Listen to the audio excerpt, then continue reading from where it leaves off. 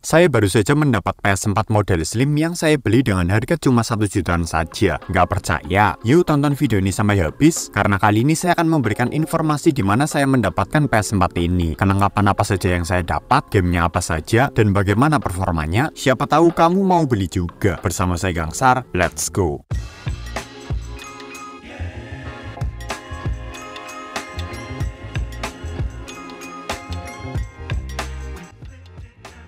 Siapa bilang PS4 itu mahal? Buktinya saya sudah 2 kali mendapatkan PS4 dengan harga di bawah 2 juta loh, termasuk PS4 yang saya beli kali ini. Jika dulu saya mendapatkan PS4 Fat dengan harga 1 jutaan, sekarang malah model yang lebih baru, yakni model Slim. Lapak PS4 ini saya temui di Facebook Marketplace, tapi penjualnya ada di luar kota, dan ternyata ada alternatif transaksi lewat Tokopedia. Akhirnya langsung saya sikat saat itu juga sebelum bedulan orang lain, dan seminggu yang lalu paket pun sampai ke rumah saya walaupun dengan berbagai macam drama, dan sudah saya mainkan seminggu ini. Penasaran dengan drama apa itu dan bagaimana performa mesin PS4-nya? Nah, kali ini saya akan menceritakan pengalaman membeli dan bermain PS4 Slim murah ini. Saya jamin akan ada satu hal yang membuatmu tercengang nanti, dan di akhir video saya juga akan menyimpulkan kelayakan dari PS4 murah yang bertebaran di marketplace online. Apakah worth it untuk dibeli atau tidak? Oke, yuk langsung saja kita masuk ke pembahasannya dari cerita awal mula saya membelinya.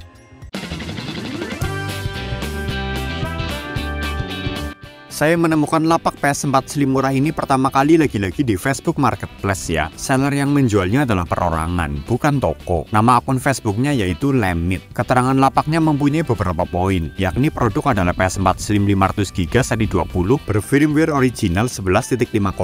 Kelengkapannya yaitu kabel-kabel, stick pihak ketiga merek Lucky Fox, akun PSN Region 3 beserta game-gamenya yang merupakan game pribadi, bukan game sharing. Kondisi PS-nya normal, sudah pernah ganti pasta, dan harganya Rp2.050.000 net. Tapi kok thumbnailnya tulisannya 1 juta bang? Eits, tenang, saya tetap membelinya dengan harga 1 jutaan kok. Simak dulu. Saya lanjut berkomunikasi dengan penjual di DM lapak Tokopedia-nya, karena memang penjual juga memberikan link Tokped-nya di keterangan lapak. Nama tokonya adalah Amiru Shop. Lalu saya bernegosiasi dengan penjual, bagaimana kalau saya membeli PS tersebut tanpa stick dan akun, jadi batangan saja dengan kabel-kabel tapi harganya diturunkan. Akhirnya penjual pun setuju, harga diturunkan menjadi Rp1.900.000 saja. Tapi masih mahal dong bang, harga segitu masih kurang. Oke, simak lagi, karena saya membelinya dengan harga yang lebih murah lagi. Setelah penjualnya merubah harganya ke Rp1.900.000, saya langsung check out saat itu juga, dan tiba-tiba Tokopedia memberikan saya voucher diskon karena pembeliannya di atas 1 juta. Diskonnya lumayan, yakni 100.000. Jadi saya membeli PS4 ini dengan harga Rp1.800.000. Sangat murah jika melihat harga pasaran PS4 Slim. Bahkan PS3 saja masih banyak yang menjualnya di angka 2 jutaan. Total uang yang saya bayar termasuk biaya ongkir dari domisili penjual di kota Cilacap menuju rumah saya di Purwokerto Banyumas adalah Rp1.827.600. Alasan seller menjual PS4 ini adalah karena ia mau pensiun bermain PS4 dan ingin beralih ke konsol handheld. Jika dilihat dari toko Tokped-nya, memang sepertinya penjual suka ngegame. Saya cukup gambling dalam mengambil keputusan membeli PS4 ini karena seller tidak memberikan masa garansi. Jadi jangan langsung kamu tiru ya teman-teman, kecuali kamu sudah percaya dengan sellernya. Sebelum seller mengirimkan paket ke jasa kirim, dia mengirim pesan lagi ke saya lewat DM Tokped kalau saya diberi bonus akun dan game-gamenya sekalian. Mungkin dia berpikir sudah tidak akan bermain PS lagi, jadi lebih baik akunnya diberikan ke saya. Saya tidak berekspektasi banyak dengan akun PSN tersebut. Mau ada gamenya atau tidak bukan suatu masalah.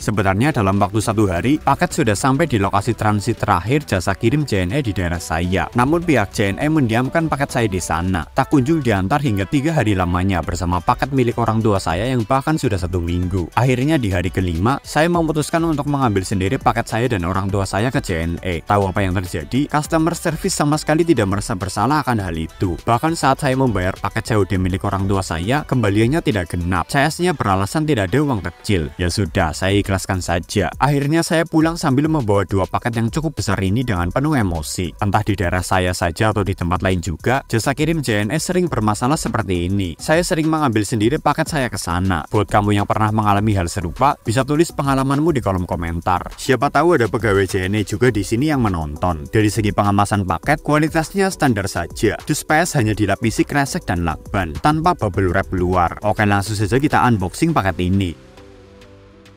Di dalamnya, pertama saya mendapatkan dus PS putih polos.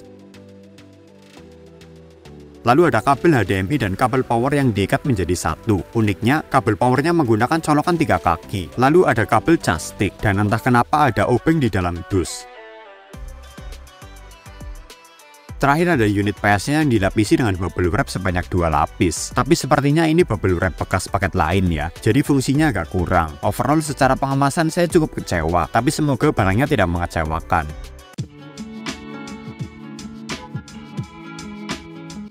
Kalau dari segi fisik sendiri, saya akan memberi nilai 90% masih bagus lah. Sama sekali tidak ada goresan atau lecet di sekujur bodi. Hanya kotor-kotor level pemakaian biasa. Begitupun dengan lubang portnya. Saat PS diangkat juga masih kokoh. Tidak ada komponen yang kendor, walaupun masih berbunyi kerak-kerak. Namun itu terjadi ke semua PS4 model slim ya, karena desain casingnya tidak sesolid casing PS4 Fat. Di bagian belakang, segelnya sudah bolong karena sesuai dengan keterangan, sudah pernah ganti pasta. Semoga penjualnya tidak berbohong kalau hanya ganti pastanya saja ya, dan belum pernah ganti onderdil yang lain. Lalu untuk komponen lainnya, yakni kabel-kabel dan obeng, ini sih parah ya, kotornya keterlaluan. Mungkin penjual hanya fokus membersihkan unit PS-nya saja sebelum pengiriman. Kabel-kabelnya bodoh amat.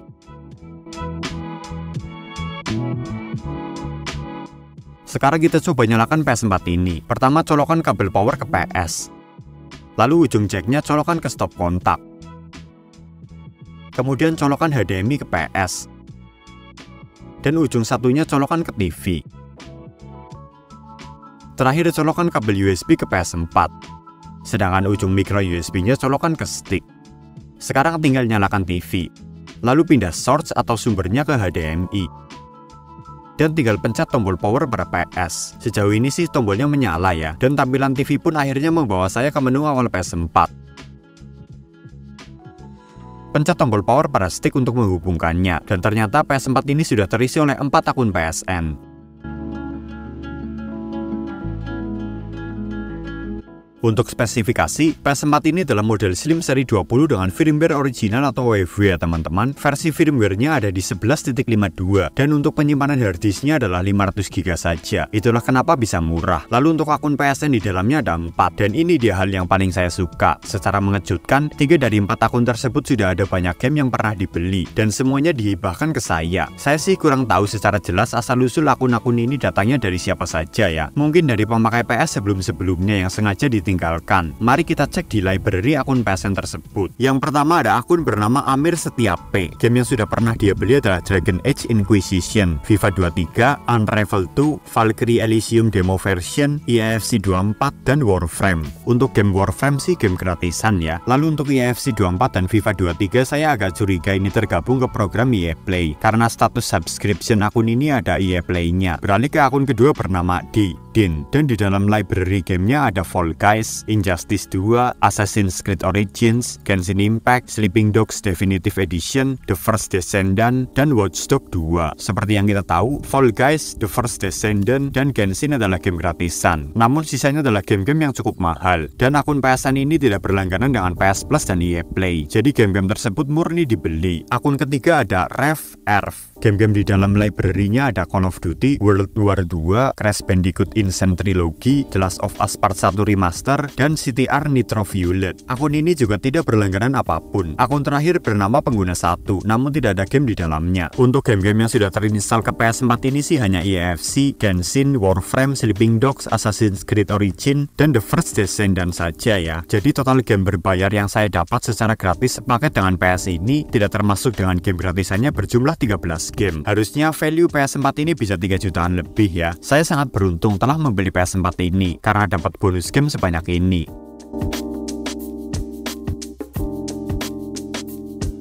Selama seminggu terakhir, PS4 ini sudah saya mainkan setiap hari selama 1-2 jaman. Semua game lancar dimainkan, tidak ada kejadian lag atau apalah. Dikoneksikan ke internet pun tidak ada masalah. Untuk suhu dan suara kipas juga jauh lebih rendah ketimbang PS4 saya yang fat, sehingga memberikan saya kenyamanan saat memainkannya di malam hari.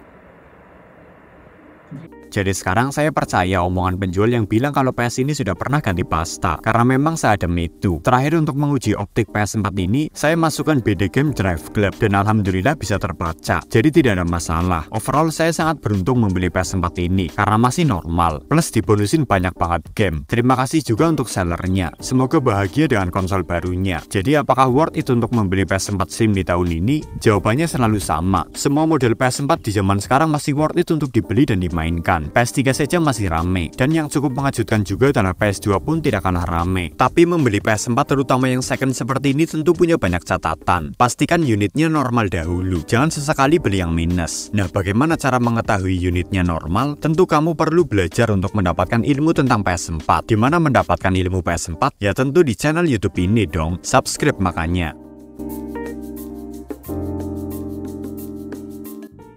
Ya, jadi seperti itulah teman-teman, video saya kali ini mengenai pengalaman membeli PS4 model Slim dengan harga super murah cuma 1,8 juta dari Facebook Marketplace. Walaupun transaksinya berpindah ke Tokopedia, namun lagi-lagi Facebook Marketplace menjadi biangnya ya. Setelah kemarin saya mendapatkan harta karun PS2 Slim, sekarang dapat PS4 model Slim lagi, bukan model Fat. Selama ini saya sudah mendapatkan 2 PS4 dengan harga di bawah 2 juta. Jadi jangan pesimis jika kamu hanya punya uang 2 juta tapi ingin meminang PS4. Ada berbagai macam cara dan tempat untuk mendapatkan PS4 murah. Salah satunya dari marketplace online seperti ini. Kuncinya adalah sabar dan rajin memantau. Pasti ada orang lain yang sedang BU di luar sana. Kedepannya saya juga ingin tetap berburu PS murah di Facebook Marketplace. Semoga bisa mendapatkan PS4 Pro dengan harga yang cuma 1 jutaan. Tapi membeli PS4 murah juga wajib punya ilmu tentang kesehatannya ya. Pastikan unit tersebut sehat. Cara terbaik adalah dengan memperhatikan deskripsi postingan dan bertanya secara detail ke penjual. Terima kasih sudah menonton video ini sampai selesai. Semoga bermanfaat dan menghibur. Oh ya, tonton juga video saya lainnya, yaitu tentang pengertian, cara berlangganan, serta kelebihan dan kekurangan dari fitur PlayStation Plus. Cari tahu apa saja. Siapa tahu cocok untuk kamu gamer PS4 berbudget minim, tapi punya keinginan memainkan game-game PS4 dengan judul terkenal. Like video ini jika kamu suka, komen apabila ada pertanyaan pendapat, share apabila kamu merasa video ini bermanfaat juga untuk teman-teman kamu yang lain, follow Instagram kami di @ria.gadget agar kamu bisa tahu aktivitas channel ini di belakang layar. Cek juga toko online kami di Shopee dengan nama